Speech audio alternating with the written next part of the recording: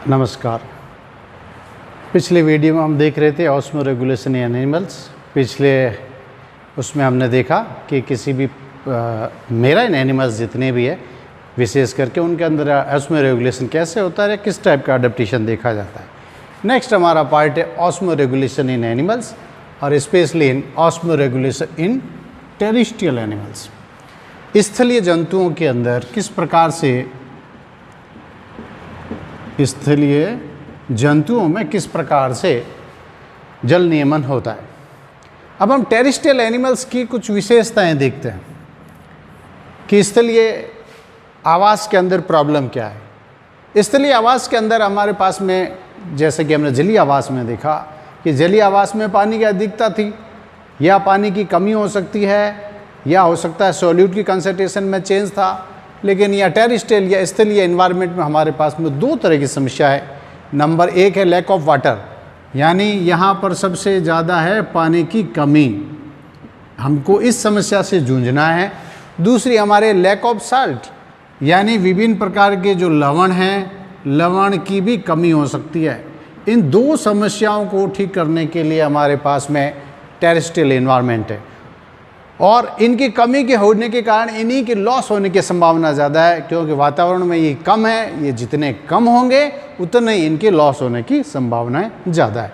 और हम हमेशा जानते हैं पानी हमेशा हायर कंसंट्रेशन से लो कंसंट्रेशन की तरफ मूव करेगा, यानी पानी हमेशा अधिक सांद्रता से कम सांद्रता की तरफ जाएगा। अब हमारे पास में प्रॉब्लम ऑफ एनिमल्स कैसे है। हमारे पास में पहली प्रॉब्लम थी लॉस ऑफ वाटर, यानी जंतुओं के अंदर पानी की कमी हो जाती है, क्योंकि स्थलीय आवास में पानी की कमी है। जैसे ही हम जलीय आवास से स्थलीय आवास में आए तो सबसे पहली समस्या हमारे पास में लॉस ऑफ वाटर या जल की कमी होना। अब उसमें लॉस ऑफ वाटर कैसे कैसे हो सकता है किसी भी जंतुओं के लिए, या स्पेशली जो टेरेस्ट्रियल एनिमल्स हैं उनके लिए।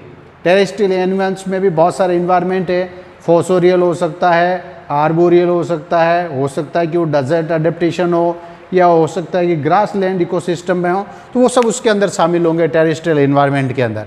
अब हम देखते हैं कि यहाँ पर लॉस ऑफ वाटर या पानी की कमी इन जंतुओं को किस प्रकार की क्रियाओं से किस प्रकार की क्रियाओं से कमी हो सकती है। पानी की कमी से होने वाले या पानी किस क्रियाओं के कारण हो सकता है। नंबर 1 इवोपरेशन या वाष्पोत्सर्जन। वाष्पोत्सर्जन या इवोपरेशन वैसे तो एक तरीके से प्लांट्स की एक्टिविटीज़ है, जिसके अंदर उनका जब वाष्पोत्सर्जन की प्रक्रिया होती है तो पत्तियों के स्टोमेटा से होता हुआ पानी लॉस हो जाता है। लेकिन हमारे यहाँ पर भी टेरेस्ट्रियल एनिमल्स के अंदर भी इस प्रकार का इवोपरेशन लॉस है, जैसे कि ह्यूमन बीइंग पे या किसी भी एनिमल्स के अंदर। एनिमल्स के अंदर ये लॉस होगा क्योंकि हम ब्रीथिंग करते हैं। ये समस्या आएगी क्योंकि हम श्वास की प्रक्रिया लेते हैं। हम जितनी बार बोलेंगे उतनी बार वायु, जो हाइड्रेटेड वायु है या अधिक जल या नमी वाली जो वायु बाहर जाएगी, और बाहर कंपेरेटिव क्योंकि वातावरण में पानी की कमी है उस कंडीशंस में पानी बाहर चले जाए। जितनी बार हम बोलेंगे उतनी ही बार वहाँ पर वायु बाहर जाएगी। या हम सांस लेते हैं तो जितनी वायु बाहर जाती है उसके साथ में नमी भी बाहर जाती है, तो धीरे धीरे इवोपरेशंस के कारण इनके अंदर हो सकता है कि पानी की कमी हो जाए। तो हमें इस प्रकार की ऐसी कोई प्रक्रिया अपनानी पड़ेगी कि जिससे हमें इवोपरेशन से पानी की प्रक्रिया नहीं हो, वो हम अडेप्टेशन में देंगे। या इवोपरेशन से हो सकता है, या इनके अंदर दूसरा है बॉडी सरफेस। ये शरीर की सामान्य सतह से पानी का नुकसान हो सकता है। यानी पहली बात तो इनके अंदर जितना शरीर बड़ा होगा उतना ही पानी का लॉस भी ज़्यादा होगा। तो ये एनिमल्स, टेरेस्ट्रियल एनिमल्स, जितने बड़े एनिमल्स जलीय एनवायरनमेंट में पाए जाते हैं उतने बड़े एनिमल्स हमारे स्थलीय एनवायरनमेंट में नहीं हो सकते, क्योंकि जलीय एनवायरनमेंट में पानी की कमी की कोई समस्या नहीं है, जबकि हमारे यहाँ पर पानी की समस्या है। इसलिए यहाँ पर बड़े आकार के जंतु जैसे कि व्हेल है, डॉल्फिन है, इस प्रकार के बड़े जंतु टेरेस्ट्रियल एनवायरनमेंट में नहीं पाए जाते, क्योंकि जितना बड़ा सरफेस एरिया होगा उतने ही पानी का इवोपरेशन लॉस होगा शरीर की सामान्य सतह से होते, क्योंकि बाहर की जो वायु जब शरीर से टकराएगी तो पानी को लेके ही साथ में चली जाएगी। इसलिए यहाँ पर शरीर की सामान्य सतह से भी पानी का लॉस होता है। नेक्स्ट, इसके अंदर पानी की कमी हो सकती है यूरिन के द्वारा। क्योंकि यूरिन के अंदर 90% जो है वो जल ही होता है। और टेरेस्ट्रियल इन्वायरमेंट में हमारे पास में प्रॉब्लम क्या है? पानी की कमी। तो यूरिन के माध्यम से भी हमको पानी की कमी हो सकती है। या फिर हमारे पास में है फीकल मटेरियल, अपशिष्ट पदार्थ। ये जितने भी अपशिष्ट पदार्थ हैं उनके साथ में भी रेक्टम से होता हुआ या आहार नाल के माध्यम से लॉस हो सकता है। और उस कंडीशन में भी चूँकि पानी की कमी है तो हमें उस प्रकार से अडेप्टेशन से भी हमको उसको बचाना है पानी की कमी से। तो हमारे पास में प्रॉब्लम है एनिमल्स को लॉस ऑफ वाटर की, पानी की किन क्रियाओं से कमी होती है? Number 1 is evaporation, number 2 is body surface, number 3 is urine के द्वारा हो सकती है, या फिर फीकल मटेरियल अपशिष्ट पदार्थ के द्वारा पानी की कमी हो सकती है। नेक्स्ट हमारी समस्या है लॉस ऑफ सॉल्ट्स। इन जंतुओं की दूसरी समस्या है लॉस ऑफ सॉल्ट्स, यानी लवणों की कमी। चूँकि बाहर की साइड में लवण हैं वो भी कम है शरीर की तुलना में बाहर टेरेस्ट्रियल मोड के अंदर, तो हमारे पास में लवणों की कमी हो सकती है। कैसे हो सकती है? नंबर 1 स्वीट, या पसीने के रूप में पानी के द्वारा, पानी के साथ में पसीने के साथ साथ कुछ सॉल्ट्स, स्पेशली NaCl इत्यादि जितने भी सॉल्ट्स हैं वो पानी से बाहर चले जाते हैं। तो शरीर के अंदर यदि सोडियम और क्लोराइड की, पोटेशियम, सोडियम क्लोराइड या पोटेशियम या अन्य प्रकार के आयनों की यदि कमी होती है तो शरीर में साल्ट का इम्बैलेंस हो जाएगा, उस शरीर के लिए ठीक नहीं। दूसरा हमारे पास में सॉल्ट का लॉस हो सकता है यूरिन के अंदर, क्योंकि यूरिन के माध्यम से विभिन्न प्रकार के सॉल्ट जितने भी जाते हैं वो भी यूरिन से बाहर निकल सकते हैं, तो सॉल्ट की कमी हो सकती है। तो यहाँ पर इन एनिमल्स के अंदर 2 प्रॉब्लम है, लॉस ऑफ वाटर्स और दूसरा हमारे पास में है लॉस ऑफ सॉल्ट्स। अब इस कमी को रोकने के लिए इन जंतुओं में किस किस प्रकार का अडेप्टेशन या अनुकूलन देखा जाता है जो इनको ठीक करता है? अडेप्टेशन, कुछ तो जंतुओं में अडेप्टेशन की प्रक्रिया पाई जाती है या अनुकूलन पाए जाते हैं, या बॉडी के अंदर किस प्रकार से चेंजेस करते हैं, ये कुछ अडेप्टेशंस भी हो सकते हैं। कुछ इनके अंदर बिहेवियरल चेंजेस भी हो सकते हैं। कुछ तो इनके अंदर हो सकता है कि अडेप्टेशन है और कुछ बिहेवियर है। हमारे पास में प्रॉब्लम थी नंबर 1 इवोपरेशंस। अब कुछ जंतुओं के अंदर इवोपरेशंस को रोकने के लिए या हमारे पास में वाष्पोत्सर्जन से पानी की कमी को होने के लिए रोकने के लिए हमने क्या उपाय किए हैं? जैसे नंबर 1 वाष्पोत्सर्जन की कमी को हम कैसे रोक सकते हैं पानी बाहर जाने से? नंबर 1, जो भी ज़्यादातर एनिमल है वो बॉडी साइज को कम करेंगे या बॉडी साइज को रिड्यूस करेंगे, यानी उनके शरीर का जो आकार है वो तुलनात्मक रूप से कम होगा।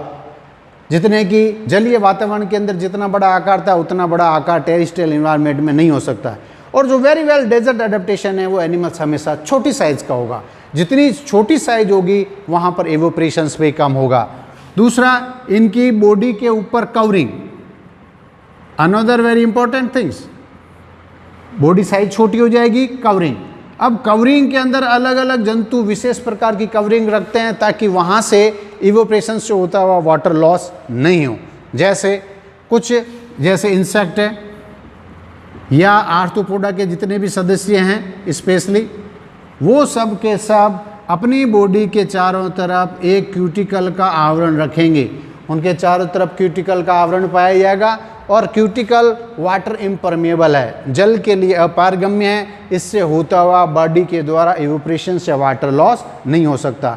या थिक क्यूटिकल पाई जाती है, मोटी क्यूटिकल पाया जाना यहाँ पर इवोपरेशन लॉस से बचाता है, पर्टिकुलरली इंसेक्ट्स को। और सभी एनिमल्स के अंदर, आर्थ्रोपोडा के अंदर इंसेक्ट सबसे ज़्यादा वेल अडेप्टेड है, उनके अंदर क्यूटिकल पाई जाती है।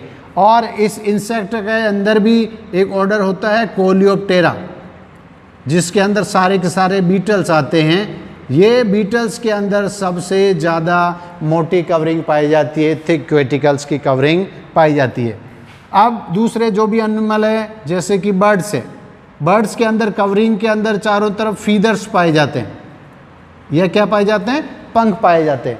पंख भी पानी के लिए अपारगम्य है और पानी को बॉडी के द्वारा होने वाले, बॉडी सरफेस के द्वारा होने वाले वाटर इवोपरेशन लॉस को रोकते हैं। या कुछ एनिमल्स हैं जैसे स्पेशली द मैमल्स। यहाँ मैमल्स है तो बॉडी के चारों तरफ हेयर पाया जाता है या रोम पाए जाते हैं, और रोम पाए जाने के कारण उन पास में दोनों प्रकार की सुविधा हैं। यहाँ पर पहली सुविधा इनके अंदर, चूंकि बाल बाहर की साइड में होंगे तो बॉडी पे डायरेक्ट हीट नहीं आ सकता, और हीट नहीं आने से तो इवेपोरेशन लॉस की संभावना क्या होगी, कम होगी। हम यदि मैमल्स के अंदर देखें, स्पेशली कैमल के अंदर, ऊंट के अंदर देखें, तो इनके नोज के अंदर या नाक के चारों तरफ नॉस्ट्रिल के अंदर हेयर्स पाए जाएंगे, जिससे कि ब्रीथिंग के माध्यम से जो जाने वाली हवा है, बाहर से आने वाली जो वायु, चूँकि उसके अंदर पानी की मात्रा कम है तो ह्यूमिडिटी लॉस के कारण से वो अंदर रहेंगे हेयर्स, जिसके कारण से बाहर से जब वायु अंदर की तरफ जाएगी तो बॉडी के इक्विवेलेंट हो जाएगी, जिससे वाटर लॉस होने की संभावनाएं कम होगी, जैसे कि मैमल्स में। अब हम देखते हैं रेप्टाइल्स के अंदर। रेप्टाइल्स के अंदर किस प्रकार की सुविधाएं पाई जाती है सरीसृपों में। क्योंकि हम जानते हैं कि सरीसृपों के अंदर भी एक विशेष प्रकार की लेयर्स है, that is a cornified layer, एक किरेटिनीकृत कृत या किरेटिन प्रोटीन की बनी हुई एक परत पाई जाती है, जो कि सभी के अंदर पाई जाती है, रेप्टाइल्स, एवीज और मैमल्स, सभी में ये परत जो है रेप्टाइल्स, एवीज और मैमल्स तीनों में पाई जाती है। सरीसृपों के अंदर, पक्षियों के अंदर, मैमल्स के अंदर बाहर की जो लेयर्स है कॉर्निफाइड स्किन, वो केरेटिन की लेयर्स है, और केरेटिन एक प्रकार का डेड ऑर्गेनिक मटेरियल्स है, और वो डेड मटेरियल्स होने के कारण वहाँ से वाटर लॉस होने की संभावनाएं ज़्यादा पाई जाती है। और यहाँ बड़े बड़े स्क्यूट्स पाए जाते हैं या स्केल्स पाए जाते हैं, बड़े बड़े प्रकार के सल्क पाए जाते हैं। सल्क पाए जाने के कारण वाटर इम्परमिएबल है और उनके द्वारा बॉडी से होता हुआ वाटर लॉस नहीं हो सकता। तो इस प्रकार से अडेप्टेशन से जंतु अपने इवेपोरेशन स्लॉट से या बॉडी सरफेस के माध्यम से होने वाले पानी की कमी को पूरा कर सकते हैं। ये तो था हमारे पास इवेपोरेशन लॉस से बचने के उपाय। नेक्स्ट हमारे पास में पार्ट है, चूंकि इनके पास में तीसरा प्रोडक्ट है यूरिन। अब यदि इन जंतुओं के अंदर यूरिन के द्वारा वाटर लॉस हो रहा है, वाटर लॉस है यूरिन के माध्यम से, तो इनके अंदर निम्न प्रकार के अडेप्टेशन पाए जाते हैं। नंबर 1, जो टेरेस्ट्रियल एनिमल है उनके अंदर हेनले लूप बहुत ही बड़ा होगा। हेनले लूप नेफ्रॉन्स के अंदर, चूंकि हमने नेफ्रॉन्स की स्ट्रक्चर्स के अंदर देखा होगा कि यहाँ पर इस प्रकार से एक प्रक्रिया पाई जाती है और इस प्रकार के स्ट्रक्चर्स के साथ में यहाँ इस प्रकार की संरचना बनी हुई होती है। तो ये जो पार्ट है that is an Henle loop. ये हेनले लूप इन एनिमल्स के अंदर, जो कि डेजर्ट्स के अंदर या टेरेस्ट्रियल एनिमल्स के अंदर पाया जाता है, ये हेनले लूप पाया जाता है और काफ़ी बड़ा होता है। और जिस जंतु में जितना बड़ा हेनले लूप होगा उतने ही उसके अंदर वाटर लॉस की संभावनाएं कम होगी। तो इन जंतुओं के अंदर वेल डेवलप्ड हेनले लूप पाया जाता है, जो कि पानी की काउंटर करंट मैकेनिज्म, प्रतिधारा सिद्धांत के माध्यम से काम करता है, और यहाँ यूरिन बनने के लिए पानी के एब्जॉर्प्शंस को हेनले लूप बढ़ा देता है। तो फर्स्ट अडेप्टेशन है इनके अंदर हेनले लूप, यूरिन के माध्यम से होने वाला। दूसरा, यूरिन के माध्यम से होने वाले लॉस को ये बचा सकते हैं विशेष प्रकार के हार्मोन के माध्यम से। उस हार्मोन का नाम है ADH, एंटी डाईयूरेटिक हार्मोन। ये anti diuretic hormone posterior pituitary से निकलता है, और ये पोस्टीरियर पिट्यूटरी का हार्मोन कलेक्टिंग डक्ट पर काम करता है। कलेक्टिंग डक्ट पर काम करता है, किसकी? नेफ्रॉन्स की। ये नेफ्रॉन्स की कलेक्टिंग डक्ट पर काम करता है और रीएब्जॉर्प्शन ऑफ वाटर को प्रमोट करता है, रीएब्जॉर्प्शन ऑफ वाटर। इन जंतुओं के अंदर पानी के एब्जॉर्प्शंस को बढ़ाता है, जिसके कारण से वहाँ पर ADH होने के कारण से हेनले लूप ने तो अपना काम किया, वहाँ पर पानी फिर बचाया। और कलेक्टिंग डक्ट पे, चूंकि नेफ्रॉन्स के आगे वाले हिस्से पे कलेक्टिंग डक्ट या संग्रहक नलिका होती है, वहाँ पे ये हार्मोन काम करता है पोस्टीरियर पिट्यूटरी का, और वहाँ ये पानी के एब्जॉर्प्शंस को इंक्रीज कर देता है या बढ़ा देता है। तो यूरिन के माध्यम से इनके अंदर भी इस प्रकार की प्रक्रिया हो जाती है। नेक्स्ट, ये जंतु यूरिक एसिड का सिक्रेशंस करते हैं। इंपॉर्टेंट थिंग्स है, जो भी वेल अडेप्टेड डेजर्ट एनिमल है उनके अंदर यूरिक एसिड का सिक्रेशन होगा, और यूरिक एसिड एक ऐसा मटेरियल है जिसको एलिमिनेशन करने के लिए या बाहर निकालने के लिए पानी की सबसे कम आवश्यकता होती है। तो ये यूरिन के माध्यम से भी पानी को क्या कर सकते हैं, रोक सकते हैं। दूसरा, इनका जो यूरिन है वो बहुत ही ज़्यादा कंसंट्रेट होगा, यानी सबसे ज़्यादा सांद्रित प्रकार का यूरिन पाया जाएगा, क्योंकि इनके अंदर पानी की मात्रा का क्या होगा, कम होगा। ये हो गया हमारे पास में next adaptation towards faecal material. अब हम फीकल मटेरियल से होने वाले वाटर लॉस को देखते हैं।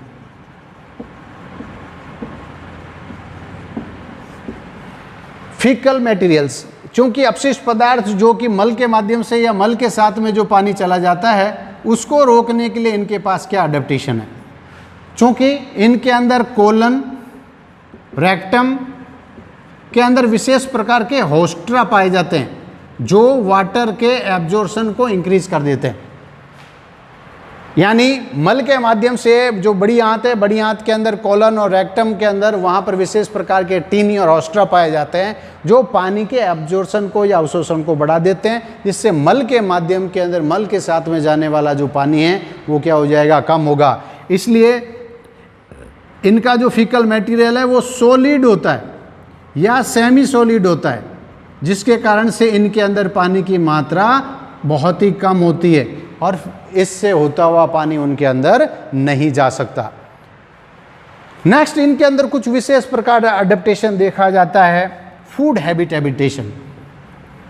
इन जंतुओं के अंदर कुछ बिहेवियर चेंजेस पाया जाता है, अन्य प्रकार का अडेप्टेशन, जैसे अधिकांश टेरिस्ट्रियल एनिमल्स या डेजर्ट एनिमल्स जो है वो ज़्यादातर सीड को भोजन के रूप में काम लेते हैं, एज ए फूड।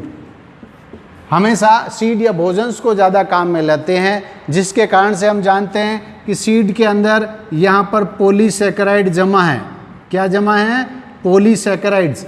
और पॉलीसैकेराइड का जब हाइड्रोलाइसिस होगा या डाइजेशन होगा तो ये बन जाएंगे मोनोसैकेराइड्स। ठीक है, जब मोनोसैकेराइड बन जाएंगे तो उस कंडीशन में यहाँ एडिशनल रूप से एक प्रोडक्ट बनेगा जिसको हम कहेंगे पानी। और ये जो पानी है ये एक प्रकार का मेटाबॉलिक वाटर होगा। मेटाबॉलिक वाटर है, ये बहुत इंपॉर्टेंट है। यानी किसी उपापचय प्रक्रियाओं के दौरान बना हुआ जो जल है उसको हम कहेंगे मेटाबॉलिक वाटर। तो ये सीड का यूज़ करते हैं, जितना भी पॉलीसैकेराइड होगा, जब भी डाइजेशन होगा सो उसके अंदर मोनोसैकेराइड्स बनेंगे और as a by product water बनेगा, उस पानी को ही हम कहेंगे मेटाबॉलिक वाटर। ये मेटाबॉलिक वाटर उनकी एक्टिविटीज़ को या प्रोटोप्लाज्म को जिंदा रखने के लिए पानी की मात्रा को पूरा करेगा। ठीक ऐसा कैसा यदि देखा जाता है कैंगरू रेट्स में, कैंगरू रेट, कंगारू के अंदर चूंकि ये कभी भी पानी का इस्तेमाल नहीं करता, पानी पीता ही नहीं है। यदि पानी नहीं पी गया तो इसके शरीर की एक्टिविटी कैसे चलेगी? एंड केवल इसके पास में दो ऑप्शन हैं। नंबर एक, इसके पास में मेटाबॉलिक वाटर होगा, उपापचय प्रकार का जल पाया जाएगा क्योंकि इस प्रकार के सीड खाएगा जिसके अंदर की कार्बोहाइड्रेट है, जब डाइजेशन होगा तो उसको मिल जाएगा मेटाबॉलिक वाटर्स। दूसरा, इसके अंदर अडेप्टेशंस होगा फूड बिहेवियर में। इन जंतुओं के फूड बिहेवियर में फिर चेंजेज है, ये फ्लैशी मटेरियल खाएंगे। फ्लैशी मटेरियल वो मटेरियल है या भोज्य पदार्थ है जिसके अंदर पानी की मात्रा कम होगी। मांसल पौधों को खाएंगे। हम जानते हैं कि जितने भी जीरोफाइटिक प्लांट्स होते हैं, सकुलेंट्स प्लांट है, उस मांसल पौधों के अंदर पानी की मात्रा काफ़ी अधिक होती है और उनको यूज करने के कारण उनके अंदर शरीर में पानी की कमी नहीं हो पाएगी। ये तो हो गया इनके अंदर विभिन्न प्रकार के फूड के अंदर पाए जाने वाला विभिन्न प्रकार का अडेप्टेशंस। कुछ और चेंजेज है जिसके कारण से ये अपने आप को ऑस्मो रेगुलेशन कर सकते हैं। ऑस्मो रेगुलेशन के अन्य उपाय में हमारे पास में एक changes that is an behavioural changes. इनके अंदर कुछ व्यवहार में चेंज देखा जाता है इन जंतुओं के अंदर ताकि वाटर लॉस कम हो।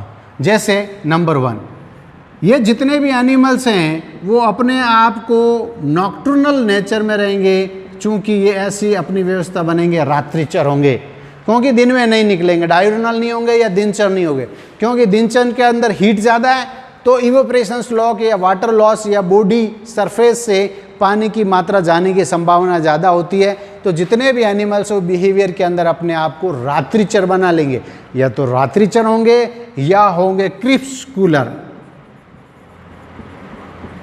क्रिप्सकूलर का होता है संध्याचर, या तो शाम के टाइम निकलेंगे या रात के टाइम निकलेंगे, जिससे कि वाटर लॉस की संभावनाएं कम से कम हो। इन जंतुओं के अंदर एक अडेप्टेशंस और देखा जाता है, दैट इज एन डोरमेंसी। वैसे डोरमेंसी प्लांट्स के अंदर काम आने वाला शब्द है कि यानी जब पानी की कमी हो तो प्लांट्स जितने भी है वो डोरमेंट हो जाता है, यानी अपनी नॉर्मल एक्टिविटीज़ को नहीं करते हैं या सुसुप्त अवस्था पाई जाती है, and that is called a dormancy. जब भी इनको पानी की उपलब्धता बनेगी तब अपनी सामान्य एक्टिविटी में आएंगे। और जंतुओं के अंदर एक प्रक्रिया पाई जाएगी जिसे कहेंगे डाइपोज, सुसुप्त अवस्था है। ये सुसुप्त अवस्था डाइपोज कंडीशंस के अंदर ये भी एक प्रकार की डोरमेंसी है। ऐसे बहुत सारे इंसेक्ट्स आपने देखे होंगे, स्पेशली जब हम बात करते हैं सावन की डोकरी, एक एनिमल आता है सावन की डोकरी, जो भी आजकल पिंक कलर की आती है, और पिंक कलर की जो सावन के महीने में ये आएगी। तो इस सावन के महीने में एक्चुअली ये एक एनिमल्स हमारे एक प्रकार की इंसेक्ट है, आर्थ्रोपोडा की मेंबर है, ये एक प्रकार की स्पाइडर है, ये एक प्रकार की मकड़ी है। अब ये जितने भी जंतु है, चूंकि इनके अंदर जब सावन के महीने में चूंकि बारिश होती है, पानी की कंडीशन अच्छी है, उसी समय इसके एग्स जो है हैचिंग होते हैं और बाहर निकलते हैं और डाइपोज से बाहर आती है। तो जब भी इनके लिए अनुकूल परिस्थितियां नहीं होती है तो ये डोरमेंस कंडीशन के अंदर चले जाते हैं या डाइपोज कंडीशन में चले जाते हैं, जिससे इनकी पानी का बचाव हो जाता है। और इन कंडीशंस के अंदर डोरमेंसी हो या यहाँ पर हो, इस कंडीशन के अंदर ये जीवन की केवल लाइफ सेविंग मेटाबॉलिक एक्टिविटीज़ करते हैं, यानी सभी प्रक्रियाएं तेज दौड़ना, चलना, घूमना फिरना बंद कर देते हैं, क्योंकि इन प्रक्रियाओं के द्वारा वाटर लॉस होने की संभावनाएं ज़्यादा है। तो डोरमेंसी या डाइपोज कंडीशन के अंदर चुपचाप बैठ जाते हैं या एक जगह पर पड़े रहते हैं, जिसके कारण से वो मेटाबॉलिक एक्टिविटी जो शरीर के लिए आवश्यक है केवल वही चलती है, अन्य प्रकार के मेटाबॉलिक एक्टिविटीज़ बंद हो जाती है। तो इस प्रकार से इन जंतुओं के अंदर ऑस्मोरेगुलेशन की प्रक्रिया हो जाती है और ये पानी से बचाव भी कर लेते हैं और अपने साल्ट्स को भी बचाव करने का तरीका निकालते हैं। Thank you very much.